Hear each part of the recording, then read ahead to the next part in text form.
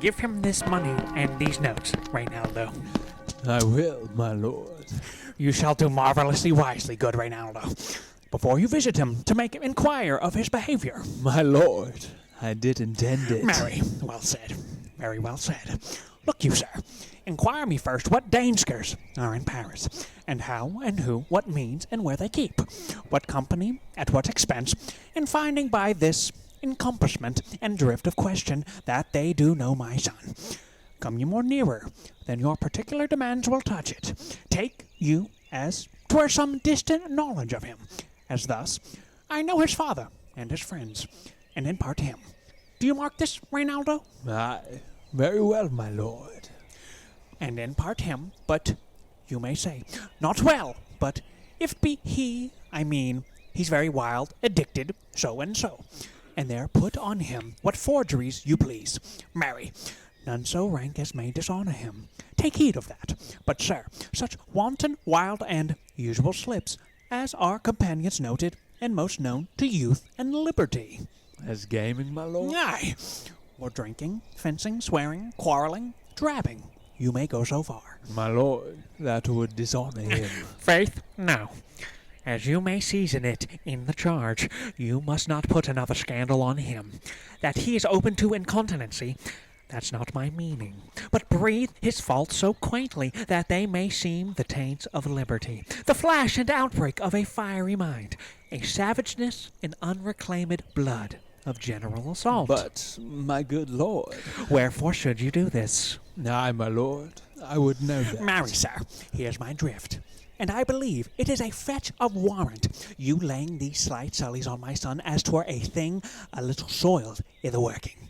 Mark you, your party in converse, him you would sound, having ever seen in the predominant crimes the youth you breathe of guilty, be assured, he closes with you in this consequence.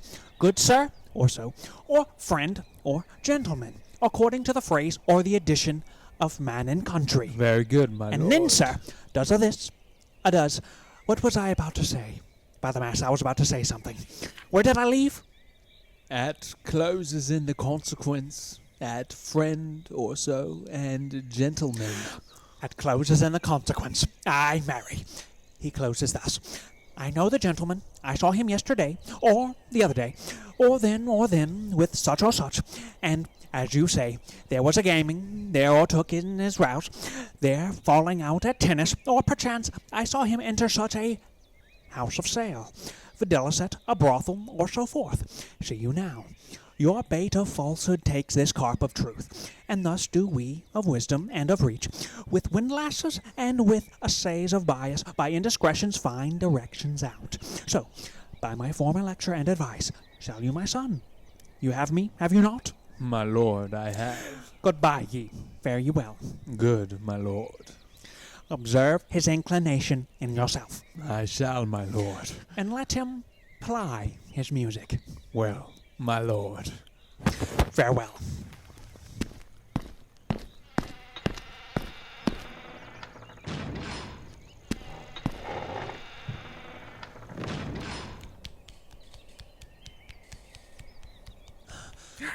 How now, Ophelia? What's the matter? Oh, my lord, I have been so With what? frightened. In the name of God! My lord, as I was sewing in my closet, Lord Hamlet, with his doublet all unbraced, no hat upon his head, his stockings fouled, ungartered, and down gyved to his ankle, pale as his shirt, his knees knocking each other, and with a look so piteous in purport, as if he had been loosed out of hell. To speak of horrors, he comes before me. Mad for thy love? My lord, I do not know, but truly I do fear it. What said he? He took me by the wrist and held me hard. Then goes he to the length of all his arm, and with his other hand thus o'er his brow, he falls to such perusal of my face as I would draw it. Long stayed he so, at last a little shaking of mine arm, and thrice his head thus waving up and down, he raised a sigh so piteous and profound, as it did seem to shatter all his bulk and end his being.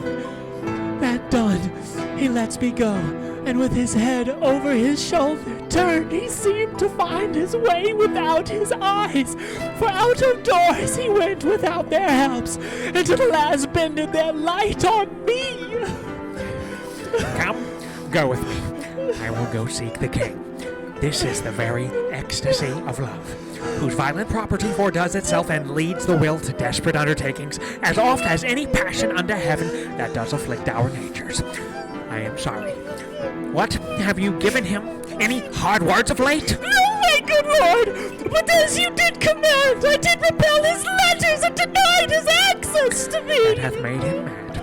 I am sorry that with better heed and judgment I had not quoted him. I feared he did but trifle and meant to rack thee. But beshrew my jealousy. By heaven, it is as proper to our age to cast beyond ourselves in our opinions as it is common for a younger sort to lack discretion. Come, go we to the king. This must be known, which, being kept close, might move more grief to hide than hate to utter love. Come.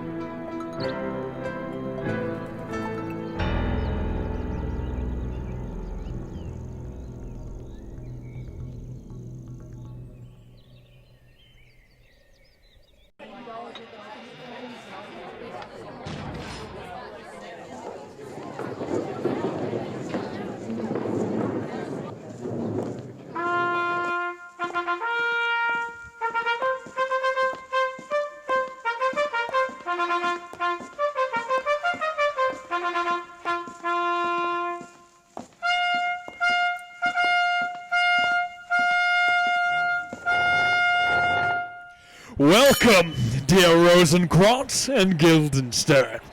Moreover that we much did long to see you. The need we have to use you did provoke our hasty sending. Something have you heard of Hamlet's transformation, so call it, sith nor the exterior nor the inward man resembles that it was. What it should be more than his father's death, that thus hath put him so much from the understanding of himself, I cannot dream of. I entreat you both, that, being of so young days brought up with him, and sith so neighboured to his youth and behaviour, that you vouchsafe your rest here in our court some little time, so by your companies to draw him on to pleasures, and to gather so much as from occasion you may glean. Whether aught to us unknown afflicts him thus, that opened lies within our remedy. Good gentlemen, he hath much talked of you, and sure I am 2 men there are not living to whom he more adheres. If it will please you to show us so much gentry and goodwill as to expend your time with us a while for the supply and profit of our hope, your visitation shall receive such thanks as fits a king's remembrance. Both your majesties might, by the sovereign power you have of us, put your dread pleasures more into command than to entreaty. But we both obey, and here give up ourselves in the full bent to lay our service freely at your feet, to be commanded. Thanks, Rosencrantz and gentle Guildenstern. Thanks, Guildenstern and gentle Rosencrantz, and I beseech you instantly to visit my too much changed son. Go, some of you, and bring these gentlemen where Hamlet is. Heavens make our presence and our practices pleasant and helpful to him. Aye, amen.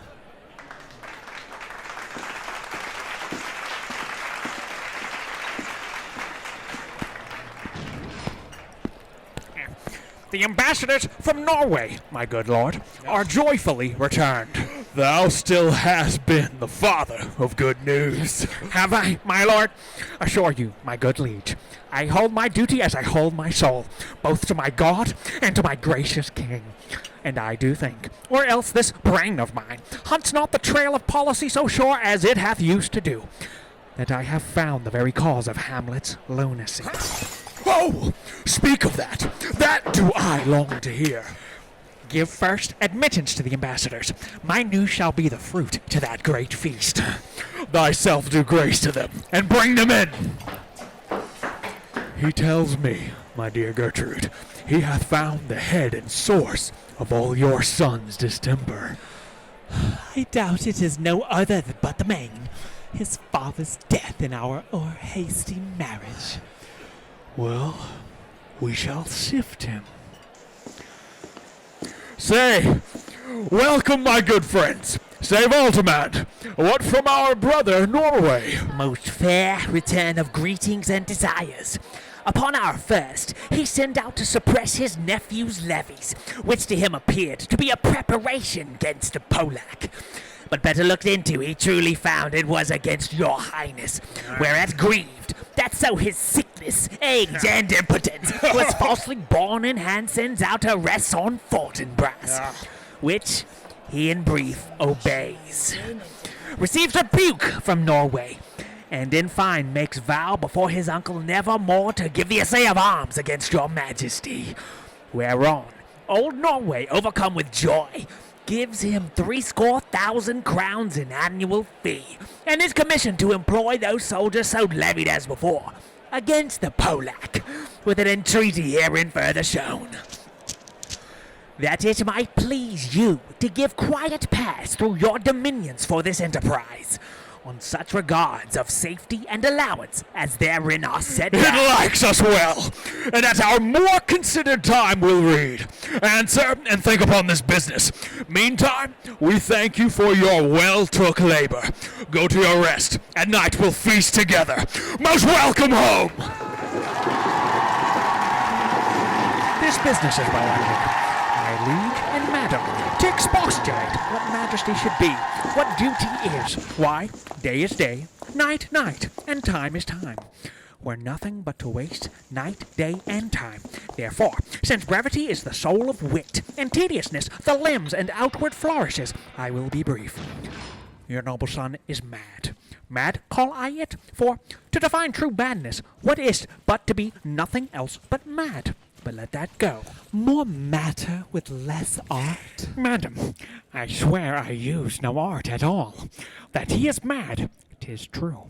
'Tis true, 'tis pity. And pity 'tis true. A foolish figure. But farewell it, for I will use no art. Mad, let us grant him then. And now remains that we find out the cause of this effect. Or rather say, the cause of this defect. For this effect, defective, comes by cause. Thus it remains, and the remainder thus, perpend. I have a daughter, have while she is mine, who in her duty and obedience, mark, hath given me this. Now gather and surmise. To the celestial and my soul's idol, the most beautified Ophelia. That's an ill phrase, a vile phrase. Beautified is a vile phrase. But you shall hear thus. In her excellent white bosom. Came this and- from Hamlet to her? Good madam, stay a while. I will be faithful. Doubt thou the stars are fire. Doubt that the sun doth move. Doubt truth to be a liar. But never doubt I love. Oh dear Ophelia, I am ill at these numbers. I have not art to reckon my groans, but that I love thee best. O most best, believe it. Adieu. Thine evermore, most dear lady, whilst this machine is to him, Hamlet.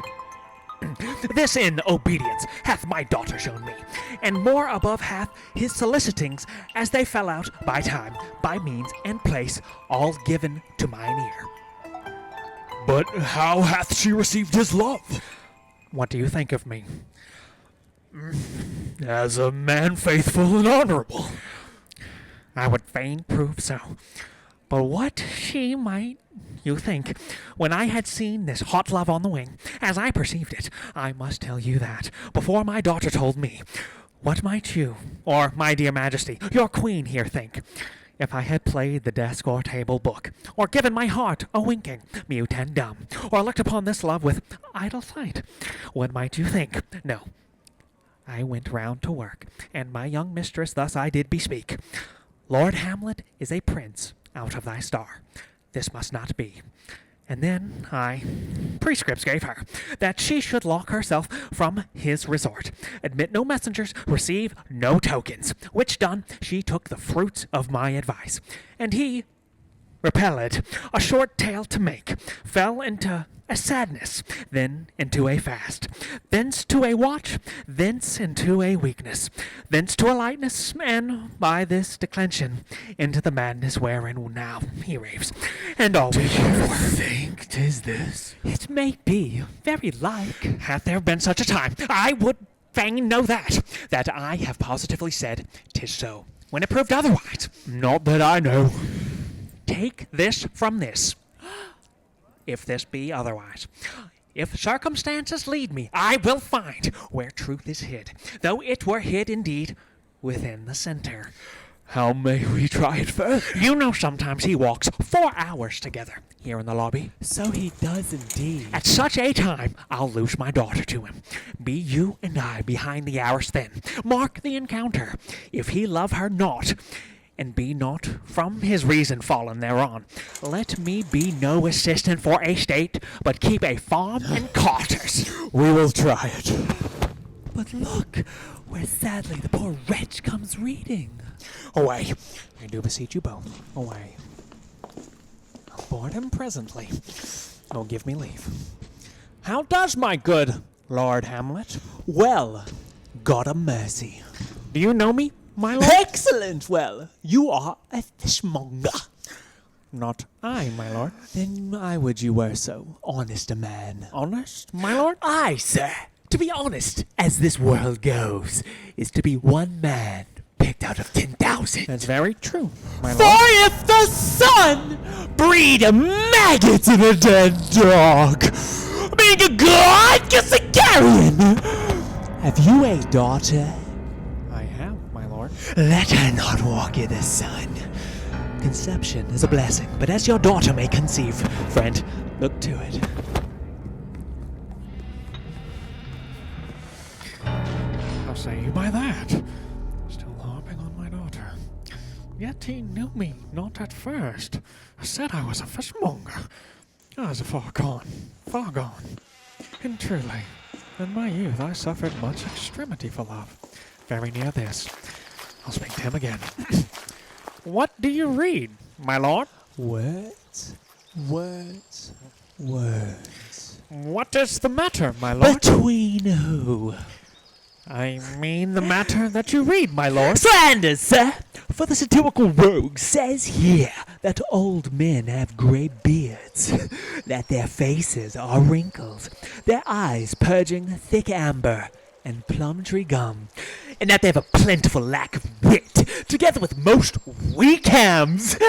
All which, sir, though I most powerfully and potently believe, yet I hold it not honesty to have it thus set down, that you yourself, sir, should be old, as I am, if, like a crab, you could go backward. Will this be madness? Yet there is method in it. Will you walk out of the air, my lord? Into my grave? Indeed, that's out of the air. How pregnant sometimes his replies are. A happiness that often madness hits on, which reason and sanity could not so prosperously be delivered of. I will leave him, and suddenly contrive the means of meeting between him and my daughter. My honorable lord, I will most humbly take my leave of you. You cannot, sir, take from me anything that I will more willingly part withal, except my life. Except my life. Except my life. Fare you well, my lord. These tedious old fools! You go to seek the Lord Hamlet. There he is. God save you, sir! My honored lord. My most dear lord! My excellent good friends! How dost thou, Guildenstern?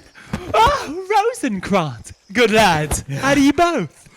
As the indifferent children of the earth. Happy in that we are not over happy. On fortune's cap, we are not the very Nor the bottom. soles of her shoe.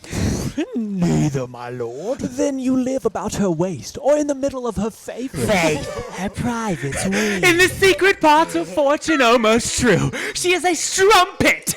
What news? None, my lord, but that the world's grown honest. Then is doomsday near? But your news is not true. Let me question more in particular.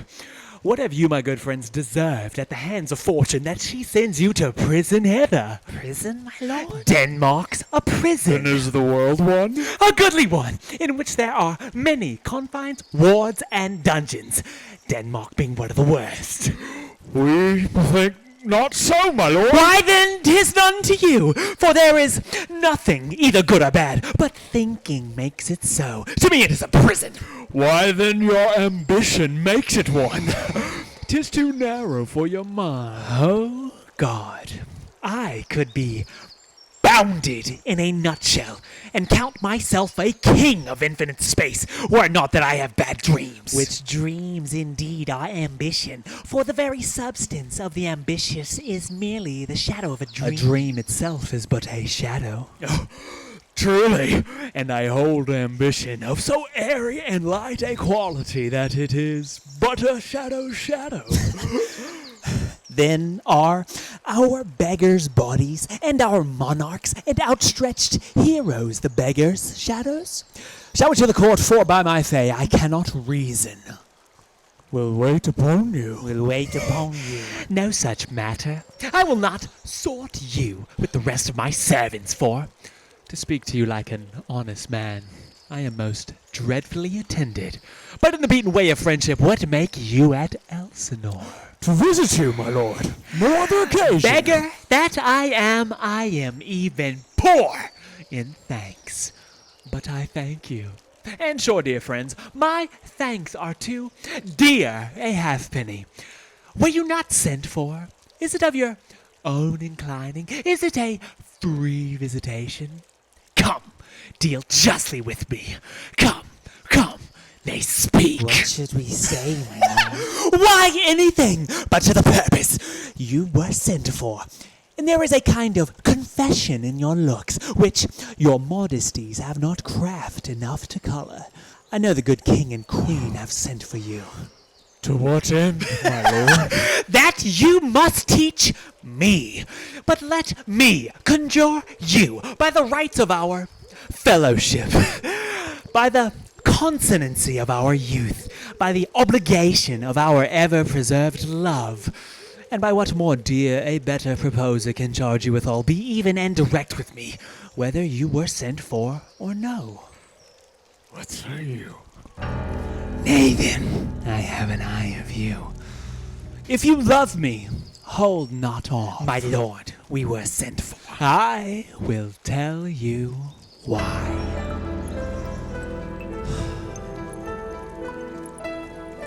So shall my anticipation prevent your discovery, and your secrecy to the king and queen moult no feather. I have of late, but wherefore, I know not, lost all my mirth, forgone all custom of exercises, and indeed, it goes so heavily with my disposition that this goodly frame the earth seems to me a sterile promontory. This most excellent canopy, the air, look ye! This brave o'erhanging firmament, this majestical roof fretted with golden fire, why, it appeareth to me nothing but a foul and pestilent congregation of vapors. What a piece of work is a man! How noble in reason, how infinite in faculties, in form and moving, how express and admirable, in action, how like an angel, in apprehension, how like a god! The beauty of the world will paragon of animals. And yet to me, what is this quintessence of dust? Man delights not me, nor woman neither, though by your smiling you seem to say so. My lord, there was no such stuff in my thoughts. Why did ye laugh then when I said man delights not me? To think, my lord, if you delight not in man, what Lenten entertainment the players shall receive from you. We courted them on the way, and hither are they coming to offer you service. He that plays the king shall be welcome. His majesty shall have tribute of me. The adventurous knight shall use his foil and target. The lover shall not sigh gratis. The humorous man shall end his part. In peace the clown shall make those laugh whose lungs are tickle or to sing. And the lady shall say her mind freely, or the blank verse shall hold forth. What players are they? Even those you were wont to take such delight in, the tragedians of the city. How chances it they travel? Their residence, both in reputation and profit, was better both ways. I think their inhibition comes by the means of the late innovation. Do they hold the same estimation they did when I was in the city? Are they so followed? No, indeed. Are they not? How comes it? Do they grow rusty? Nay, their endeavour keeps in the wonted pace. But there is, sir, an eyrie of children, little Ises, that cry out on the top of question, and are most tyrannically clap for it. These are now the fashion, and so barattle the common stages, so they call them, that many wearing rapiers are afraid of goose quills, and dare scarce come thither. What? Are they children? Who maintains them? How are they escorted? Will they pursue the quality no longer than they can sing? Will they not say afterwards, if they should grow themselves to common players, as it is most like, if their means are no better, their writers do them wrong to make them exclaim against their own succession? Faith, there has been much to do on both sides, and the nation holds it no sin to draw them to controversy. There was for a while no money bid for argument, unless the poet and the player went to cuffs on the question. Is't possible? Oh, there has been much throwing about of brains. Do the boys carry it away? Aye, that they do, my lord. Hercules and his load too. It is not very strange, for my uncle is king of Denmark, and those that would make mouths at him while my father lived. Give 20, 40, 50, 100 ducats apiece for his picture in little. His blood. There is something in this more than natural, if philosophy could find it out. They are the players. Gentlemen! You are welcome to Elsinore! Your hands come then. The appurtenance of welcome is fashion and ceremony. Let me comply with you in this garb. That's my extent to the players, which I tell you must show fairly outwards. Should more appear like entertainment than yours, you are welcome. But my uncle, father, and aunt mother are deceived. In what, my dear lord? I am but mad! North-northwest. When the wind is southerly, I know a hawk from a handsaw. We'll be with you, gentlemen. Hark you, Guildenstern, and you too, at each ear a hearer. That great baby you see there is not yet out of his swaddling. Happily, he is the second time come to them, for they say an old man is twice a child. I will prophesy he comes to tell me of the players. Mark it.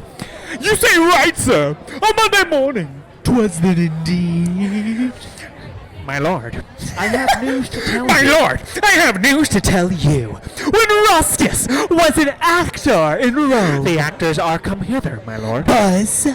Buzz. Upon my honor. Then came each actor on his ass. The best actors in the world, either for tragedy, comedy, history, pastoral, comical, historical, pastoral, tragical, historical, comical, historical, pastoral, scene indivisible, or poem unlimited. Seneca cannot be too heavy, nor Plautus too light.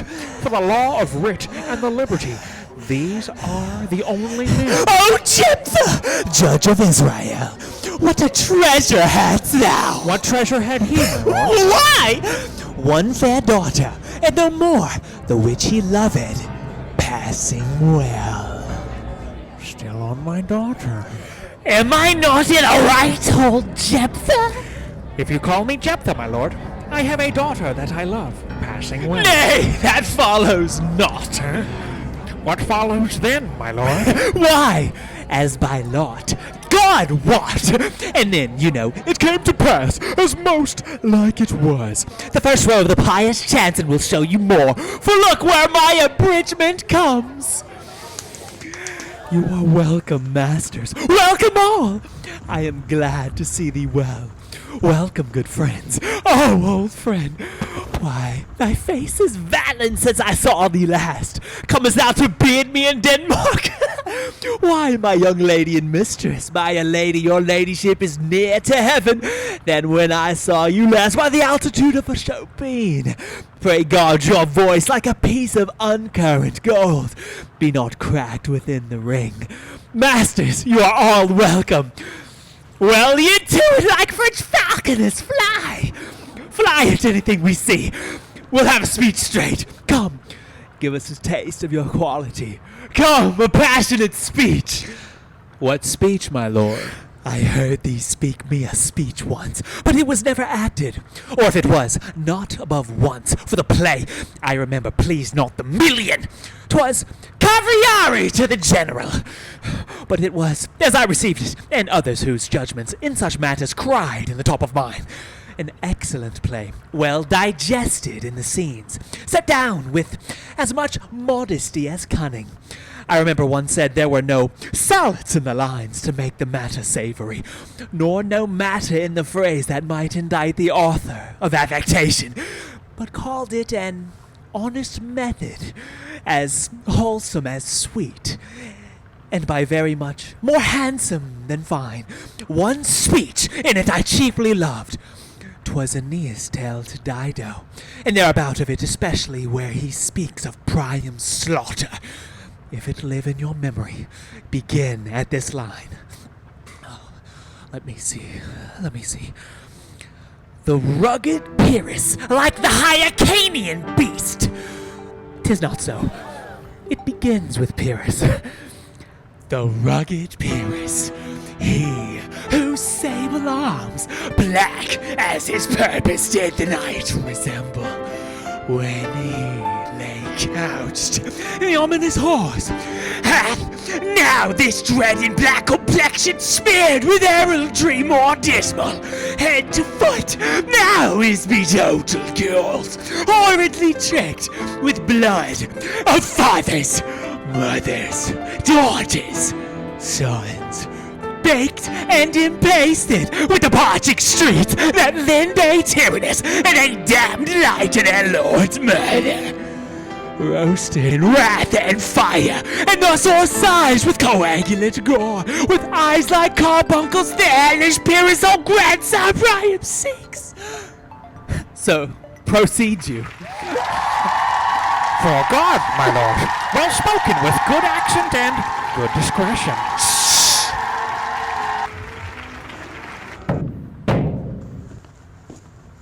Anon he finds him, striking too short at Greeks.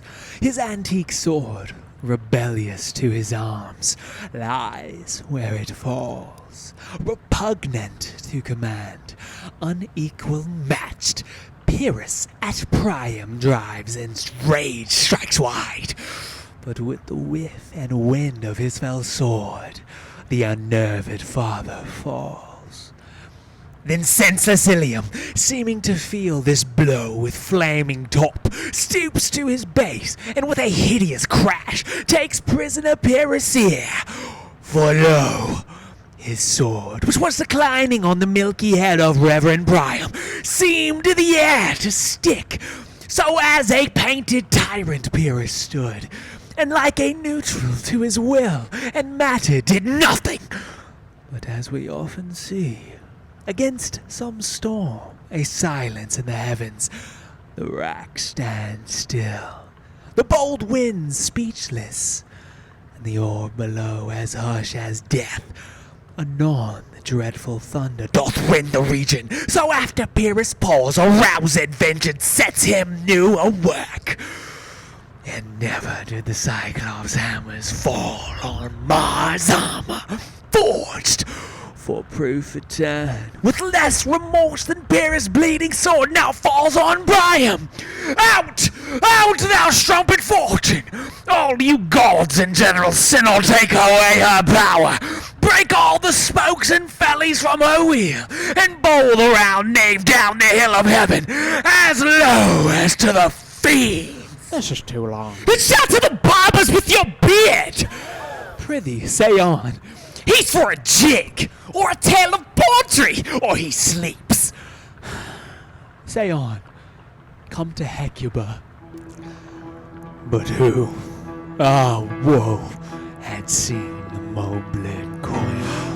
The Moblid Queen. That's good. Moblid Queen is good. Run barefoot up and down, threatening the flames with bosom room. A cloud upon that head, where late the diadem stood, and for a robe about her lank, and all o'er Tiamat loins, a blanket in the alarm of fear caught up. Who this had seen with tongue in venom steeped against fortune's state, would treason have pronounced? But if the gods themselves did see her then, when she saw Pyrrhus make malicious sport, in mincing with his sword her husband's limbs, the instant burst of clamor that she made, unless things mortal move them not at all, would have made milch the burning eyes of heaven, and passion in the gods.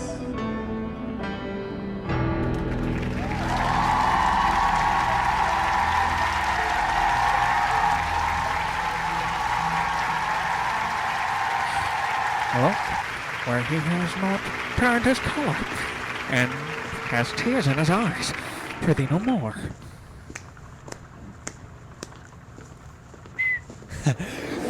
'Tis well. I'll have thee speak out the rest of this soon.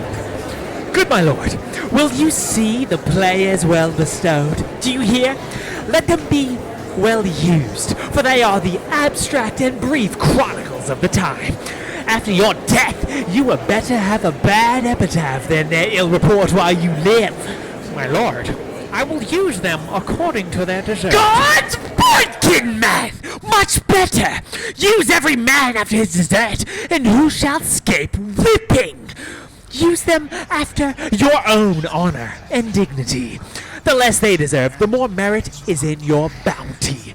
Take them in. Come, sirs. Follow him, friends.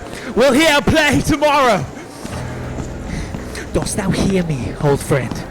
Can you play the murder of Gonzago? Aye, my lord. We'll have tomorrow night. You could for a need study a speech of some 12 or 16 lines, which I would set down and insert in. Could you not? Aye, my lord. Very well. Follow that lord, and look you mock him not. My good friends, I'll leave you till night. You are welcome at Elsinore. Good, my lord. I so goodbye to ye!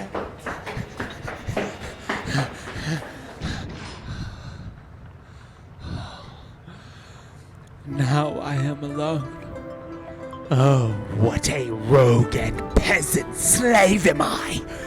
Is it not monstrous that this player here, but in a fiction, in a dream of passion, could force his soul so to his own conceit, that from her working all his visage wand, tears in his eyes, distraction in his aspect, a broken voice in his whole function suiting with forms to his conceit, and all for nothing for Hecuba? What's Hecuba to him, or he to Hecuba, that he should weep for her? What would he do, had he the motive and the cue for passion that I have? He would drown the stage with tears, and cleave the general ear with horrid speech, make mad the guilty, and appall the free, confound the ignorant ignorant and amazed indeed the very faculties of eyes and ears. Yet I, a dull and muddy mettled rascal, peak like John of Dreams, unpregnant of my cause, and can say nothing! No, not for a king upon whose property and most dear life a damned defeat was made.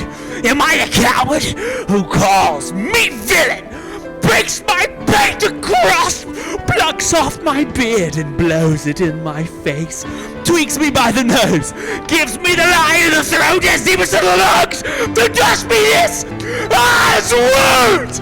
I should take it, for it cannot be, but I am pigeon-livered and lack gall to make oppression bitter.